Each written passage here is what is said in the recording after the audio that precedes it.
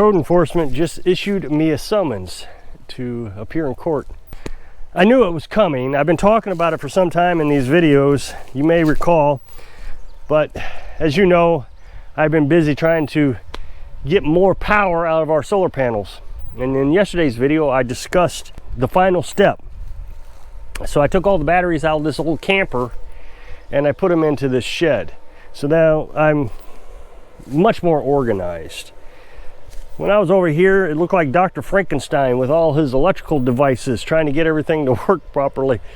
It was just disorganized. As the system grew, the camper didn't, so I had to just kind of befuddle everything together. But now it's all nice and organized. So I got the solar panels up here, and I'm collecting a lot of sun now. The two up there you may see, those are brand new. They're collecting 10 amps by 8:30 in the morning. That's when the sun pops up over these trees. I can turn you around here. So this is the east. They pop up over the trees. So those two are collecting sun, and I move those around throughout the day. I got the wires long enough I can do that. And it's just 2 of them. I don't have to spend a lot of time doing it. Trying to move all 10 of them gets a little complicated. Wires start getting twisted up. But a lot of RVers did that. When we were nomads, they would move around and follow the sun all day. But by noon, I don't have to do anything because the batteries are charged by then. So unless I'm running the well pump or the air conditioner, it doesn't matter if those two are getting sun or not. The batteries isn't taking any energy the solar panels are producing anyways.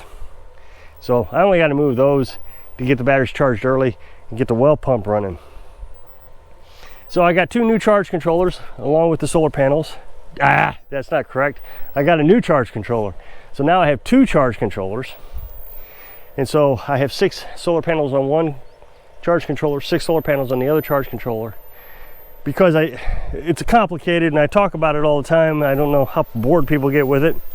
But I noticed that when I'm charging the batteries, the charge controller wouldn't take any more than 25 amps, even though I had 50 amps. So I bought a second charge controller, so both of them are producing 25 amps, giving me a total of 50 amps, which is exactly what I had. Now I'm running the well pump. I run it quite regularly now. When I first started it up and I was hesitant, I wasn't sure if the batteries were going to charge, I wouldn't run it very long. I just quickly fill the tank. Well, what I'm doing is I'm filling the IBC tank now every day. Well, with Carolyn's son just leaving, he was using quite a bit of water. He was cleaning things up, doing a lot of laundry. So I don't know, it seemed like he may have used 200 gallons in a day. And the solar panels was filling the tank. Every time I get down to 50 gallons in the tank, I would fill it back up. So it was 2 or 3 times a day I was filling up. Now, today is a partly cloudy day.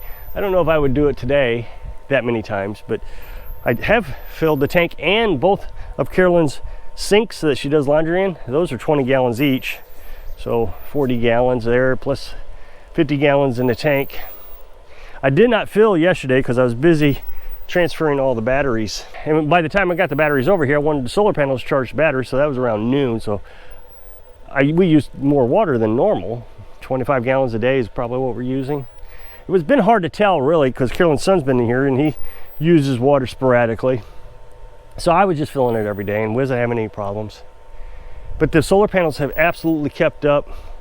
One day I was having problems with the solar panels and the well, both.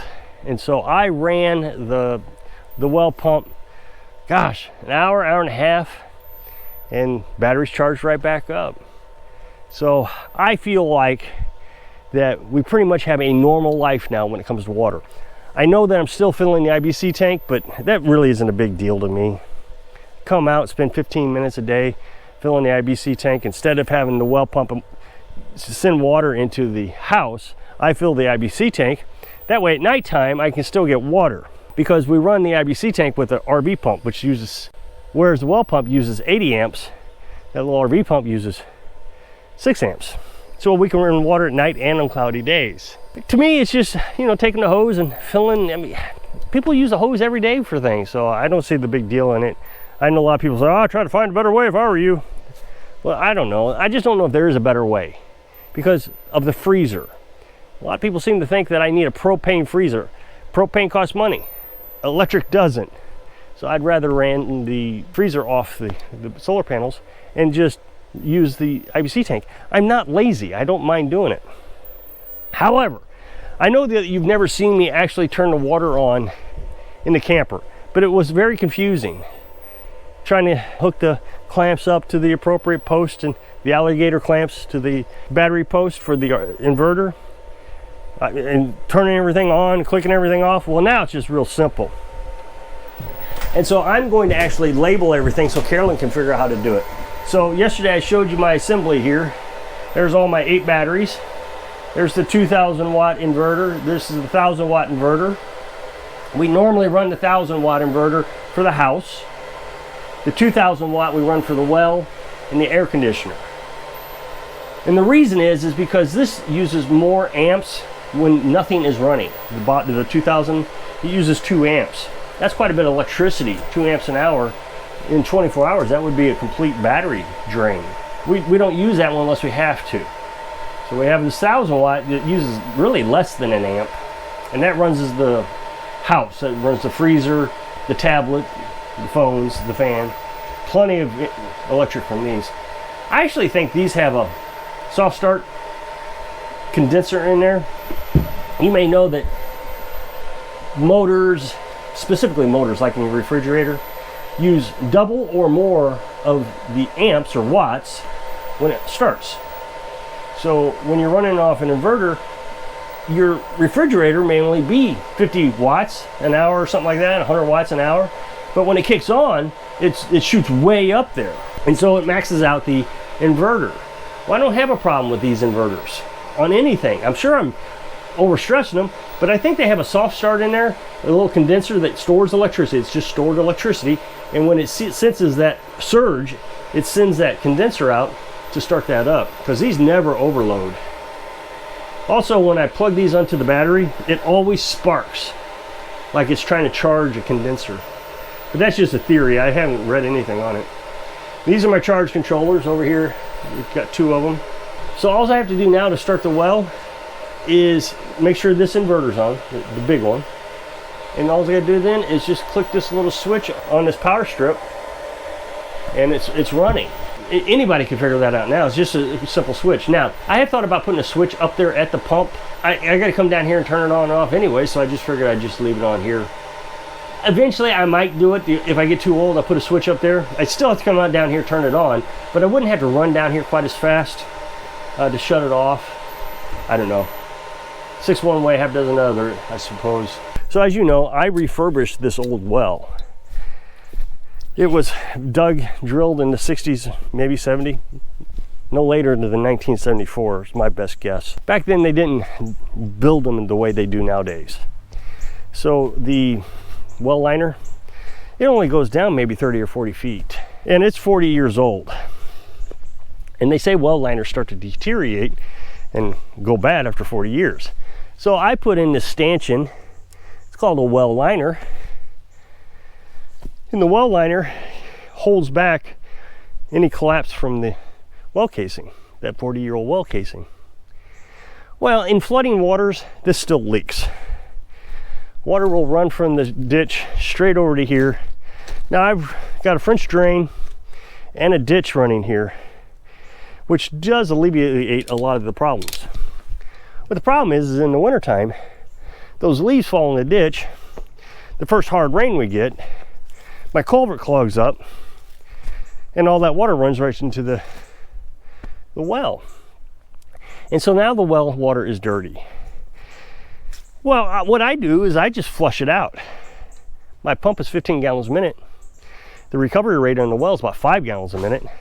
So I just open it all the way up, pump the water out. It takes about 3 times to do that.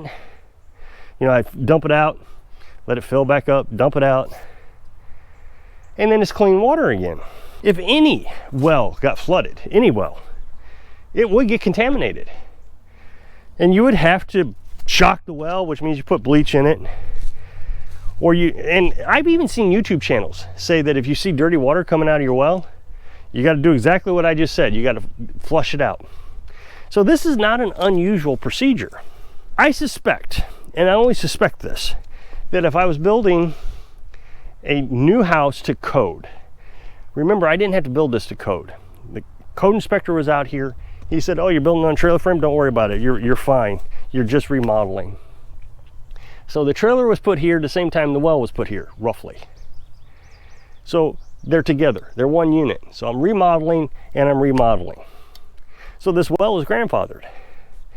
But I'm being told that this is bad. I can't use this well. And that I'm not grandfathered in. So I keep getting these threats in the comment section. I've told you about this. This guy who claims to be a code inspector has complained to me many times, telling me he wants me to fill in this well, wants me to pour concrete in the hole, close it up, and drill a new well to modern day codes. Well, the thing is when I look at the code book about wells, it does comply with the code. I know they drill them deeper nowadays and they put the well liner deeper, but none of that's code. I think that's just good customer service. People realize, oh, I want a better well. And now they're all underground. The pipe comes up underground, and I mean, it's just done better nowadays. But if I did it that way, I wouldn't be able to use this to fill an IBC tank. Now the thing is I know there are people all the way around here, all over, that has wells just like this. The difference is this used to have a concrete block house around it. Well, a tree fell on that, knocked it over, so I just built this little thing. But it's exactly the same dimensions as the little concrete block houses all the way around here, with people using wells all dug in the 70s or the 60s. It's the same thing. I feel like that I'm keeping this well safer than it was for the 40 years that it had been abandoned, 50 years that it had been abandoned. When we got here, that well was filthy. I mean, just absolutely filthy. There was nothing over it. All the rainwater went straight down in it. When I first time I turned the pump on it, it was just as brown as you can imagine. Just terrible. And Carolyn and I actually went, oh my goodness, we're in trouble. But we learned more about the well, figured out what was going on. And you just flushed it out and then you shock the well. We don't even shock the well anymore because nobody around here does it, so we're not doing it. We don't test the well. We Berkey all our water, so it gets out any of the contaminants that we can imagine would be around here. But this guy who's in the code enforcement business, or retired, says that I'm contaminating all the other wells. Okay, but so is everybody else that has a well just like this. So I'm not doing anything different. So this time he wrote and said that he has reported me to the code enforcement. Now, the last time I got someone to report the code enforcement on me, I think he came out within the next day. Well, it's been 4 days now. So either he lied, or the code enforcement guy realizes it's a YouTube commenter, knows who I am. He's been out here. He checked to make sure I wasn't dumping sewage. And when he was here, he said, oh yeah, you got a well there and you're gonna remodel the trailer. He was quite satisfied. So I suspect the code enforcement has decided they're just not going to come out and harass me every time someone turns me in. I'm trying to look up the law to determine if he has to come out with every report, or if he's realizing that if these reports are coming from out of state, that it's a bogus YouTube commenter. I would imagine if the neighbor complained and said, hey, my neighbor is dumping something, or my water's contaminated, can you check out why? Maybe then he would come out, but I bet he doesn't want to come out. The sheriff's been out here several times for these stupid complaints. He's even given up. He says, just report them to me and I'll take care of it. So he's went after several people. I know he's arrested at least one. So I would imagine this guy who is so upset about my well, even though I've addressed it many times in the video, he may want to watch out. If they're not coming after me, I suspect they might be coming after you. So I feel like we're totally safe. Everything's running top notch around here, getting better all the time. So if you'll click this up next box, take the video where I was showing you the way I've laid out the batteries. So hope I can inspire you to do the best you can so you can live your dreams. Thanks for watching.